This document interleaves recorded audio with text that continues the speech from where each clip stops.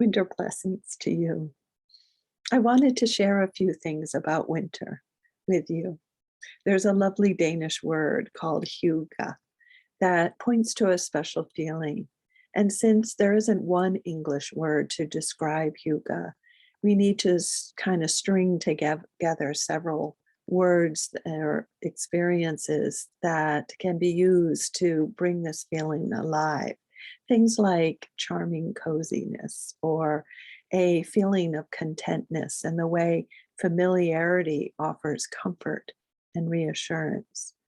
Hygge also has a quality of intimacy and kinship, the sense of being comfortable lounging around inside good conversation where there's warmth of connection and friendship.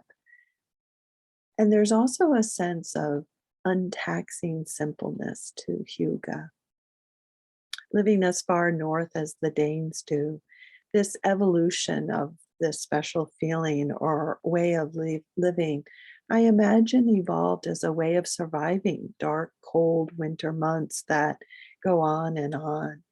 And to break up the mundane and the harshness of living by celebrating simple moments. Things like the act of lighting a candle in a dark room or simple rituals done without effort, such as brewing a warm beverage and serving it in a china cup, or picking flowers at a local flower shop each week and placing it on your nightstand. My understanding, the Danes see both the domestic and the personal life as an art form, not drudgery or something to get away from, but rather living daily life with this feeling of Hygge becomes a natural extension of being present rather than getting away from winter or everyday living by creating something forced or something stressful like an event. Um, it gets woven in, Hygge gets woven in to each moment, or this special feeling gets kind of created from each moment of daily living. And I just love this. I so appreciate the ways of the northern climates and how they've created a culture around living in the cold and the dark. The other night, I had a sweet moment with my sister that captured this Danish feeling. She and I, who both frequently meditate together, so we've acquired an ease with slowing things down and dropping into the heart and then sharing. And on this night, she shared her recent experience of a cacao ceremony and some of the questions that they offered, like, who am I if I'm not in a place of anticipation? How would I be if I walked without worry, but with a deep sense of trust? Or if I walked through life as a prayer? Or this one that I particularly like is, if self compassion could speak, what would it say? We then drank cacao in the ceremony like she had learned. And it was very simple, it was very satisfying, and the experience really stayed with me for several days in the sweetest and warmest of ways. And I, from that experience, kind of reflected on how I've been blessed in so many ways, but one in specifically is I have been blessed by many and several close friends who have become wonderful companions in my life, who like to come together in simple ways each season to play and connect and create something lasting and meaningful. In January, for instance, my sister and daughter, for many years now, have created vision boards together And it's been wonderful to sit around and with music playing and warm tea and going through magazines to find images and phrases and hearing what lives in their hearts as important and to see the ways their vision board come alive as the year unfolds. And it's interesting to me that these winter activities that have become such a natural extension of living in tune with the seasons are yet oftentimes may be seen as foreign or perhaps even strange.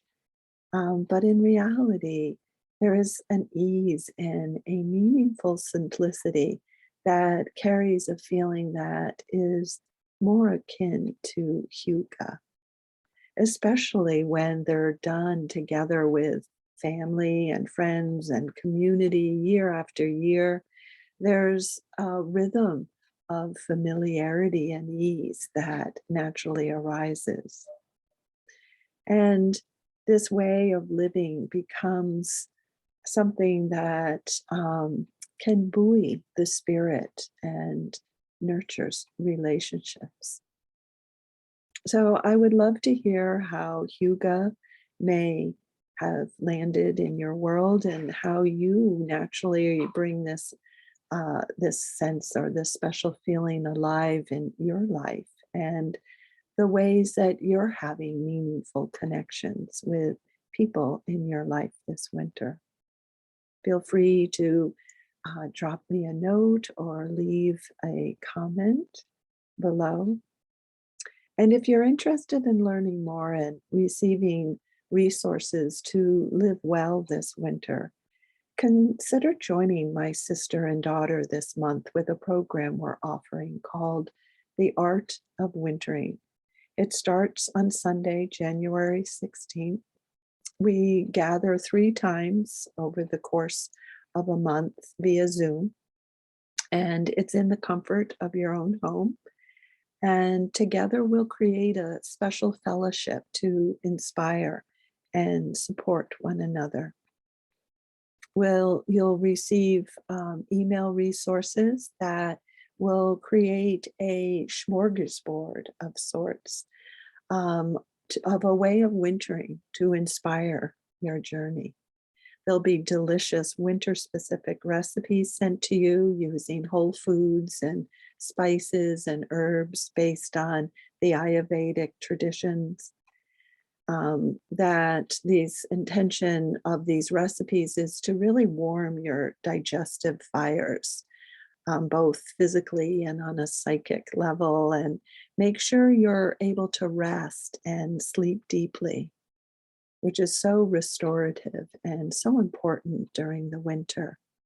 There'll be plant medicine offerings, a cacao ceremony that uses ethically sourced cacao plant medicine. There'll be transformational breathwork offerings.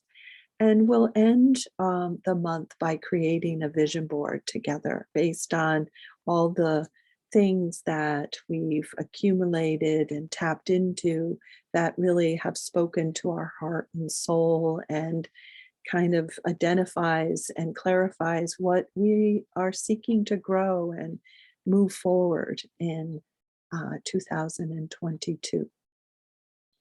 So as I said, the Art of Wintering starts January 16th.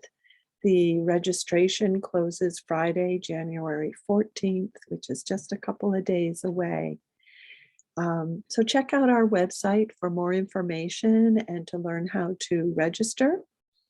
And until then, my wish for you is to get cozy, follow nature's lead, to slow down, to rest, to hibernate in one fashion or another so you can winter well this year. Namaste to you.